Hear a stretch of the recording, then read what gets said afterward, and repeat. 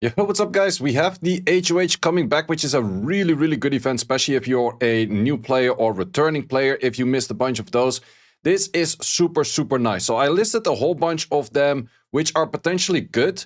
I will go through all of them and then also talk about why they're good and how they will be good. And then afterwards, I will be listing my 10 in order of which I will get on my beginner account. I will also talk a little bit about mid-game and end-game, but well, let's actually just get it out of the way real fast. It is very simple. Mid-game, just Pokédex, whatever you don't have. That is the main thing. Maybe you miss some of the ones that I mentioned here for the early game. And for late game, it's just skill ups on whatever net force you're using in Siege. Could be Jack-o'-lanterns, mermaids, dice magicians, or whatever you guys use. So let's look at all of these. So those are the units that we have over here. You can see them all here on the screen, but I'll go through them in-game and then also talk about the skill set they have. So first of all, the Nearstone Fighter, which is a Lucas, really strong unit for adding more damage for every time he has a shield, and then because of the shield he does more damage and therefore he gets more shield and then he does more damage. Really good unit for R5 and Rift Beast and TOC, which is Temple of Chaos. He's a must-use for Temple of Chaos. If you don't have him, he's a must-use in Temple of Chaos. So this is a crazy good unit. He's not good in the farming dungeons, but he's really good in all of the other PvE dungeons out there that take a little bit longer of a fight. Then Liao Mei is a unit for PvP, mostly Siege. Does have pretty annoying skill mechanic of skill 1 can throw into skill 2, can throw into skill 3, a lot of pushbacks and can go for counters. So it's just a Siege defense unit. That's pretty much all there is to it. Is also a little bit more of a late game-ish kind of unit because she does need good artifacts of additional damage by HP and speed to actually rock up some damage. Misty, which is the Jack-o'-lantern over here. Misty, which is the Jack-o'-lantern, very good unit, is usable for early game Siege, but I would also say definitely RTA. This is one of the very few RTA units out there.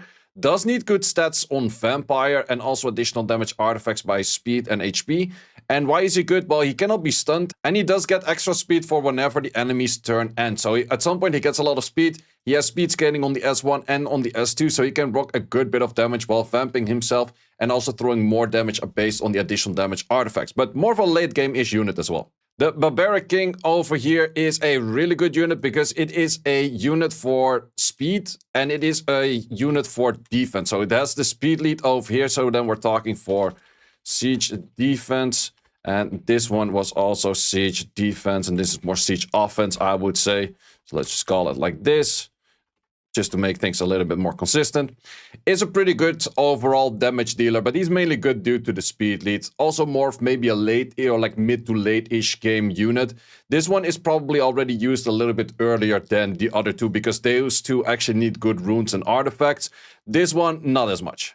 Another recommendation, which is the Brownie Magician, which is Gemini, also has a speed lead, but then has a global speed lead, is a strip, but also a defense break. So defense break over here and strip over here.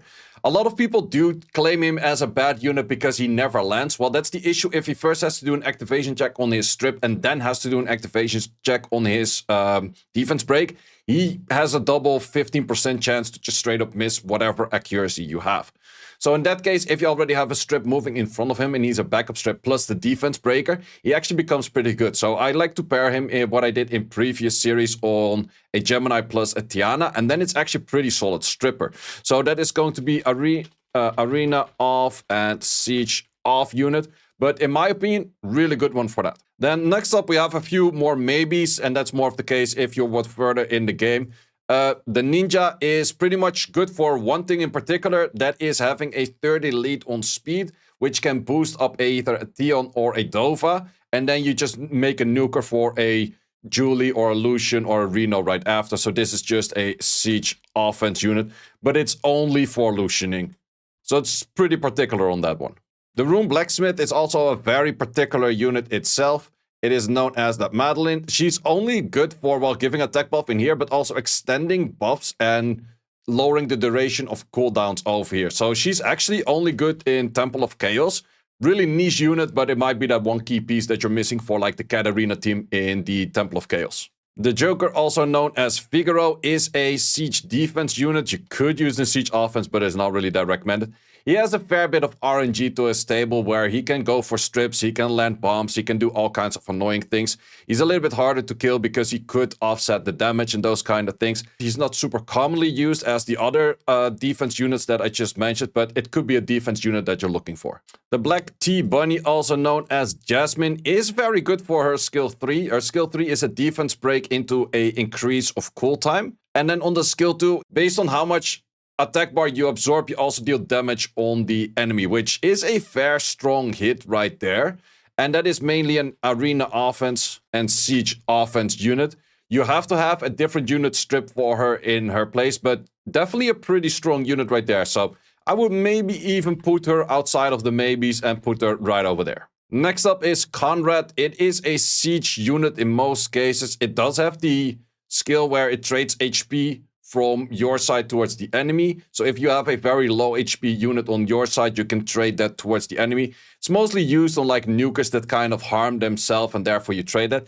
It's more of a niche unit and you need a very specific team for it. You can also throw it on Siege Def and Siege Off, but it's a really niche unit that needs a very specific team to work. So therefore I put it rather in the maybes rather than it actually being really good, I would say. And then the final one, which is the String Master known as Dongbeak, which is pretty much just every time that the enemy takes a turn, it will take a little bit of damage due to this skill over here, and then it's just cycling a lot based on this if it's not playing the song. It is only used in the TOA Hell stages. It's really good for TOA Hell, but it's pretty much only used there. You could use it Siege Offense, but it's not really that great out there, I would say. Then moving on to Dark, starting off with Perret, which is going to be a Luna. And Luna does have this skill, which has Perfect AI, because the moment that she is max HP, she will always use her Dark Force skill, which is a very strong unit in PvE. So we're talking Giants, we're talking Dragons, mainly those two. The other ones, you could kind of use it, but it's not as common. But nevertheless, a very strong unit for it. The Dryad, also known as Hyannis, is a 24 lead, is a very particular strong unit, does have good on the base speed over here, does have a lowering of durations of harmful effects on the enemy, but also dealing damage while doing that, plus a 24 lead for guild content. So it's definitely a siege off / siege def unit. More offense than defense, but there's a lot of teams where she's actually really good. However, the best team out there kind of does need a Verad and then the Homunculus on Dark.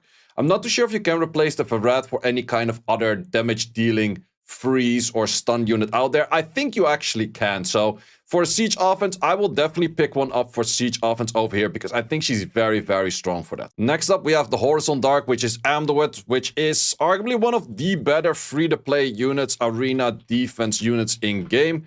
And there's not too many good arena defense units out there. A lot of them are more towards like LD5s, Net 5s, those kind of things.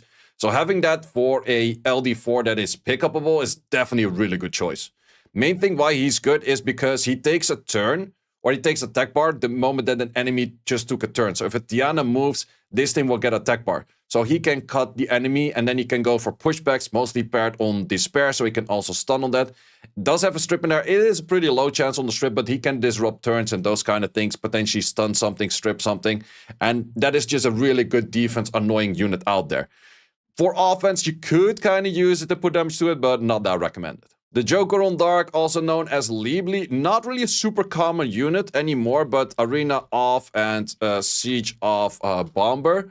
But you need to have Sierra. If you don't have Sierra, just don't pick this up. But if you would like to bomb, this is an option. However, bombs is not really super meta these days, so he's more of a maybe rather than anything. Then we have Isabel, which is most commonly used for Siege off. You could use it to Arena offense as well, but it's not as particularly great.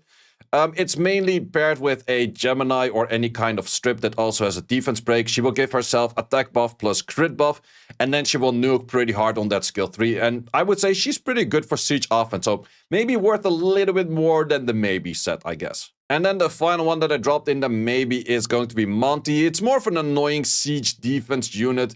He's kind of nerfed where skill 3 doesn't throw as much HP down off the enemy as it used to be, but more of an annoying kind of unit that could be on siege defense, but he's definitely more a maybe than anything. But then the big question, which one will I pick? Well, we will be selecting one unit for 10 weeks, so therefore we can obtain 10 units. But in which order does it make sense?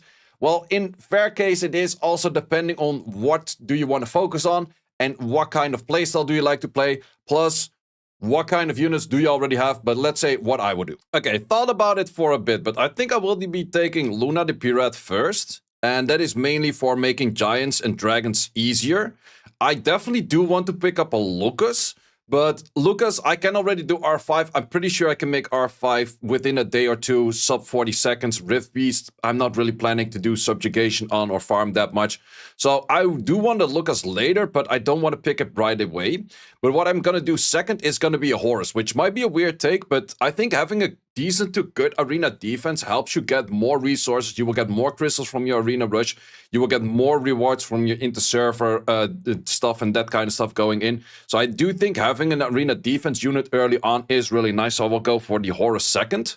I'm thinking about the Barbaric King third, and that is mainly because he's pretty good in the siege kind of scenario. So then we're starting to focus on siege, and I think that we're gonna go for the Dryad on fourth, also once again siege unit. Well, to be honest, I think I'm actually gonna do that the other way around. I think I will take the Dryad first, because I can use the Dryad in offense as well, which is going to be a very clean offense all the time with the Homunculus on Dark. So we're going to use that. Also, getting the Homunculus on Dark isn't as hard at the moment as it used to be. Then we still have 6 more choices. I think I'll be picking up a Brownie Magician after that. Also, once again, siege offense, arena offense kind of style. I might consider maybe taking him earlier, depending if I get a particular nuker that I really would like to pair him with. So if I get a particular nuker that I would like to pair him with, I might make the choice on the Brownie Magician a little bit earlier. Then I think we'll add in the Lucas. I might postpone him later if I need a different particular unit anytime earlier. That could be an option. And then after here, it kind of depends like what I do want to focus on. If I want to go a little bit more towards RTA, I definitely pick up this one. I definitely do want myself a Kung Fu Grill. It would be bad to miss out on that one. I think after that, I might go for the Assassin, and then the final choice, I would probably go for the Black Tea Bunny. I think I will do something along these lines. It's not 100% sure yet that it will go exactly like this, but I think that these are the units that are most interesting for me. I might also check it a little bit more throughout the weeks that, let's say, hey, if I pick up a copy from a Barbaric King, but therefore I can also use the 4 other copies to skill up the Grasveld, for example, or any of those kind of things. Like, let's say I pick up the Pirate, but I don't skill up the Luna. I will skill up something else. That is definitely an option out there. I would not recommend to go into any of the normal elementals, because you will get them at some point, most likely. So therefore, getting the LDs is a lot harder. I would definitely recommend use everything on LD4s. Otherwise, you're just wasting your opportunity to get an LD4. So this is my recommendation. Let me know in the comments if you do agree or do not agree. If I missed out on a certain unit that you would definitely say you should be picking that one, let me know in the comment section. Guys, thanks a lot for watching for this one. And see you as always in the next one. Thanks for watching. If you would like to see more guides, join the Discord and check out the content tab for the guide video archive, which contains all of the guides that you might need. Hope to see you there.